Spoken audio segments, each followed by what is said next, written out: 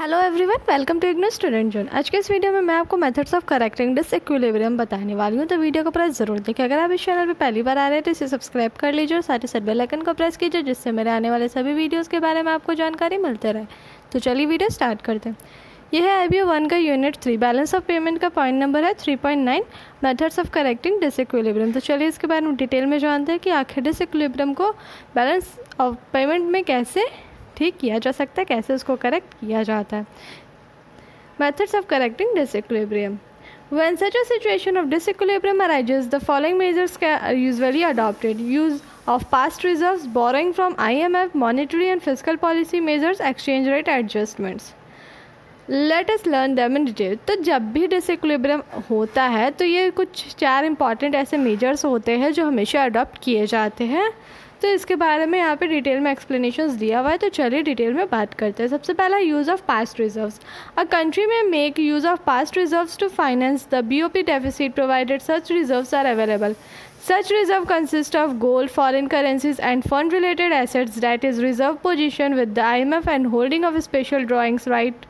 In recent years, increase in quotas and additional allocations of SDRs and expanded private capital flows have contributed to an overall increase in national reserves of several countries.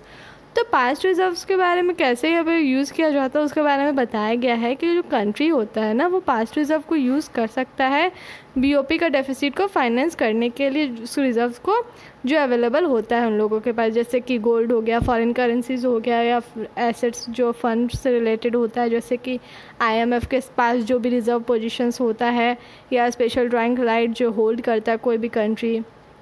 तो क्या हो रहा है कि recent years में जो कोटा का increment हो रहा है, और साथ ही साथ जो SDR का जो एडिशनल एलोकेशंस होता है, और साथ ही जो कैपिटल फ्लोज होता है प्राइवेट का, वो भी एक्सपेंड हो रहा है, जो कि कंट्रीब्यूट करता है नेशनल रिजर्व को ओवरऑल इंक्रीज़ करने में बहुत सारे कंट्रीज़ में।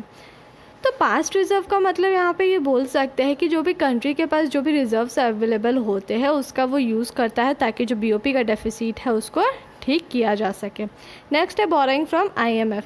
Countries with disequilibrium in BOP can make use of IMF facilities. These are stand by loans, extended fund facilities, structure adjustment facilities, in large structural adjustment facilities, compensatory and contingency financing facilities, systematic transformation facilities.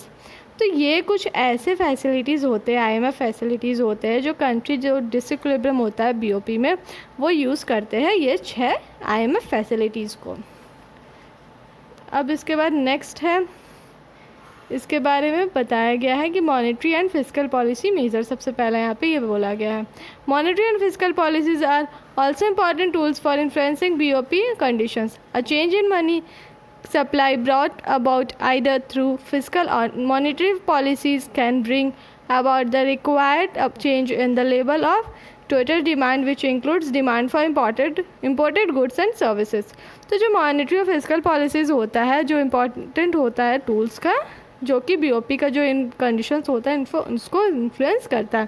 तो जो change होता है money supply में वो या तो physical policy के through होता है या तो मॉनेटरी पॉलिसी के थ्रू होता है, जो कि जो टोटल डिमांड का जो लेवल होता है ना उसमें चेंजेस लेकर के आता है, जिसमें कि इम्पोर्टेड गुड्स और सर्विसेज का भी डिमांड इंक्लूड किया जाता है। अब नेक्स्ट है exchange rate adjustment. Adjustment in exchange rate is an effective tool. A downward adjustment in exchange rate will make export cheaper and import dearer. In other words, as a result of such a policy, export will be encouraged and import will be discouraged and equilibrium will be restored. All these methods, however, suffer from certain limitations. Hence, managing a state of disequilibrium in BOP continues to be a major problem which every country faces. The major problem is that the policy initiative taken for the sake of achieving equilibrium in BOP comes into conflict with other, rather more enduring objectives such as economic growth, employment and price stability. Reconciling such conflicts continue to worry policy makers. तो जो exchange rate adjustment उसमें बताया गया है कि जो exchange rate adjustments होता है वो बहुत ही ज़्यादा इफेक्टिव टूल होता है। तो इसमें क्या होता है कि जो डाउनवर्ड जो एडजस्टमेंट होता है एक्सचेंज रेट का, उससे एक्सपोर्ट जो है वो चीपर हो जाता है और इंपोर्ट जो है वो डियरर हो जाता है, यानी कि इंपोर्ट जो है वो कॉस्टलियर हो जाता है, ठीक हो जाता है उसका प्राइस। तो या तो अदर वर्ड्स में बोल सकते हैं कि इस पॉलिसी के आने के बाद एक्सपोर्ट जो है वो इंकरेज हो गया और साथ ही साथ इम्पोर्ट्स जो है वो डिस्करेज हो गया है, जिससे कि इक्विलिब्रियम रिस्टोर हुआ है। तो ये सब जो मेथड्स होता है उसमें क्या होता है कि बहुत सारे लिमिटेशंस को सफ़र करना पड़ता है। तो जो मैनेजिंग स्टेट होता है डिसइक्विलिब्रियम का बीओपी में, वो उसको बहुत ज़्यादा प्रॉब्लम फेस करना पड़ता है, जो कि हर कंट्री को करना ही पड़ता है। तो जो मेजर प्रॉब्लम होता है इस पॉलिसी का, उसमें इनिशिएटिव लिया जाता है ताकि जो बीओपी का इक्विलिब्रियम है उसको अचीव कर सके और जो भी कॉन्फ्लिक्ट है उसको क्या कर सके, हटाया जा सके, और साथ ही साथ जो ऑब्जेक्टिव्स होते हैं उस पर ज़्यादा ध्यान दिया जा सके, जो भी इकोनॉमिक ग्रोथ है, एम्प्लॉयमेंट और प्राइस स्टेबिलिटी है, वो सब चीज़ों पे। तो क्या होता है यहाँ पे जो रिकंसाइल होता है ऐसा कॉन्फ्लिक्ट्स को, जिसके कारण क्या होता है कि जो पॉलिसी मेकर्स होते हैं उनका टेंशन बना ही रहता है, वो वरी करते ही रहते हैं इस सब चीज़ों को ले करके। तो आई होप आपको समझ में आ गया होगा कि क्या क्या मेथड्स होते हैं डिसइक्विलिब्रियम को करेक्ट करने के लिए। किसी भी तरह का डाउट रह जाता है तो कमेंट सेक्शन में ज़रूर पूछिए, मैं पूरी कोशिश करूँगी आपके सारे डाउट्स को क्लियर करने के लिए। वीडियो को पूरा देखने के लिए थैंक